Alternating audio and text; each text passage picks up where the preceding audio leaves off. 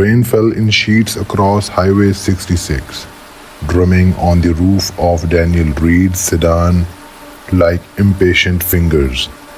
He had been driving for 5 hours, leaving Phoenix behind and heading toward Amarillo for a business meeting he was already late for.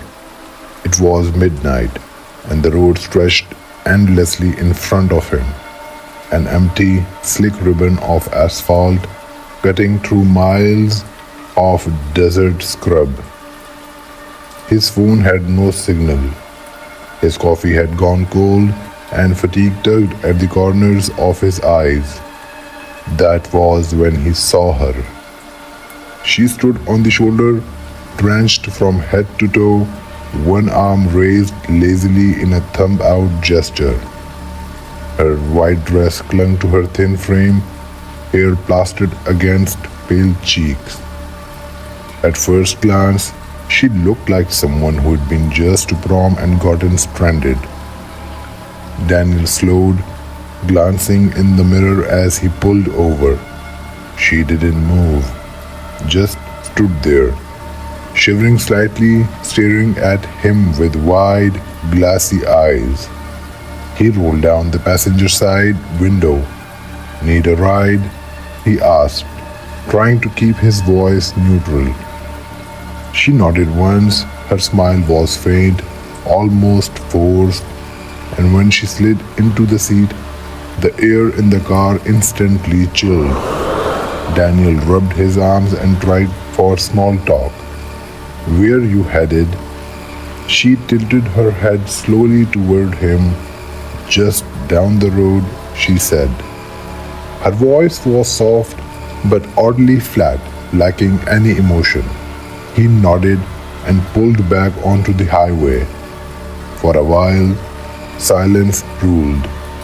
The storm outside drowned out any lingering conversation, but every so often Daniel glanced at her in the rearview mirror. She sat perfectly still, hands folded neatly in her lap, eyes fixed on him. Not on the window, not on the passing scenery, on him. It was the eyes that unnerved him. There was something off about them, too reflective, almost luminous under the faint dashboard light. "So, what's your name?" he asked, forcing a nervous chuckle. She smiled then, revealing perfectly white teeth. "Mary," she replied, but her eyes didn't blink when she said it. Daniel nodded, gripping the steering wheel a little tighter. "Mary, huh? You live out this way?" Her gaze shifted slightly, and for the first time she blinked, slowly, unnaturally slow. "I used to."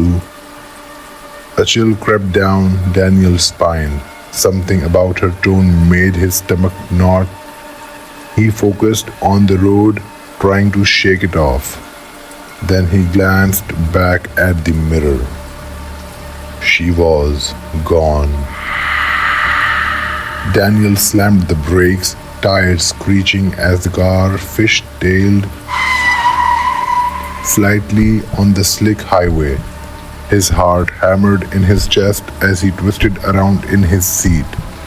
The back seat was empty, just the faint outline of wetness where she had been sitting seconds before. "Mary?" he called, his voice cracking slightly. No answer, just the soft patter of rain on the roof. He jumped out of the car, scanning the desolate road. There was no one. No figure walking along the shoulder, no signs of footprints in the mud, just empty asphalt stretching into darkness and the relentless hiss of rain. A gust of wind blew through him, colder than it should have been, as if it carried something unnatural with it. He slid back into the car and locked the doors, chest rising and falling rapidly. "I'm just tired," he muttered to himself, trying to laugh it off. Too much caffeine, too little sleep. The engine idled as he sat there, hands gripping the wheel. He reached for his phone to check the time. 12:13 a.m. Still no signal. Then he noticed something. On the passenger seat lay a single item that hadn't been there before. A small, damp locket. Its silver chain glistened in the dashboard light. Daniel hesitated, then picked it up. Inside was an old, black and white photograph of a young woman in the same white dress, standing next to a highway sign that read Route 66. Her eyes looked just as wrong as they had in his mirror. The car's interior temperature plummeted, frosting the edges of the windshield. The radio, which had been off, crackled to life. A woman's voice whispered faintly through static, "You shouldn't have picked me up." Daniel's breath fogged in the freezing air. "This isn't real," he whispered, tossing the locket onto the floor. He shifted into drive, eager to get as far away as possible. The car surged forward, but as he glanced into the rear-view mirror again, his stomach dropped. She was back. Mary sat in the rear seat, completely dry now, her pale hands resting delicately in her lap, but she wasn't smiling anymore. Her mouth hung open unnaturally wide, lips split at the corners as though forced by invisible hands. Her eyes, though glowing, reflective eyes, locked onto his. Daniel's knuckles whitened as he gripped the wheel. "What are you?" he shouted, voice shaking. Mary tilted her head at an impossible angle. "Almost home," she whispered. Daniel's pulse pounded in his ears as the car sped up. Highway 66, the wipers struggling to clear the rain that now seemed to fall harder, faster, like the sky itself was warning him to stop. Mary's reflection remained perfectly still in the rear-view mirror, her head still tilted at that impossible angle, those two bright eyes locked on his. "Get out of my car," he screamed, glancing back for a split second. The seat was empty. His breath hitched as he looked forward and nearly lost control of the car.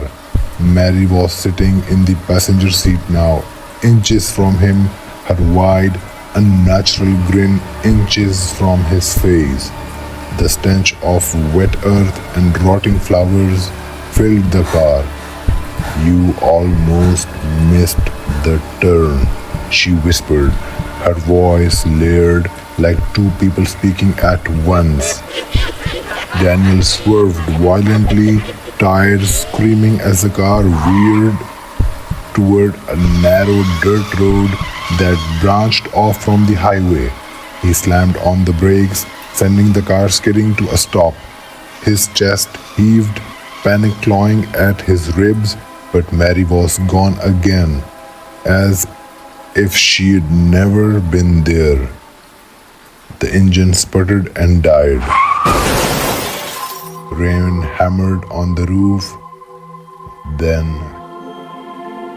faintly, he heard it, the sound of humming like a child's lullaby coming from the trunk.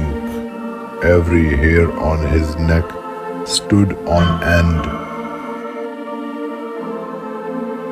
He stepped out into the rain, circling to the back, hands trembling as he popped the trunk. Empty. except for that same silver locket lying neatly in the center, its chain coiled like a snake. When he touched it, everything changed. The world around him seemed to flicker like an old film reel skipping frames.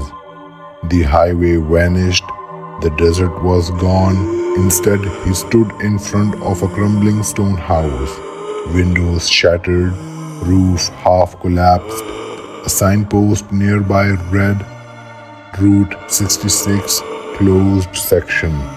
Behind him, a voice whispered in his ear, cold and wet, I told you, almost home. He spun around, and Mary was there, inches away, her face no longer human, her jaw hung open to her chest, eyes completely black, thin cracks running along her skin like broken porcelain. A scream built in his throat but never came because Mary reached out, pressing two cold fingers against his forehead. Pain exploded through his skull, and then nothing. When state police found Daniel's car 2 days later, it sat neatly on the shoulder of Highway 66, keys still in the ignition, headlights off. The trunk was open, empty, but in the rearview mirror, faint and distorted, was the reflection of a woman in a white dress, smiling.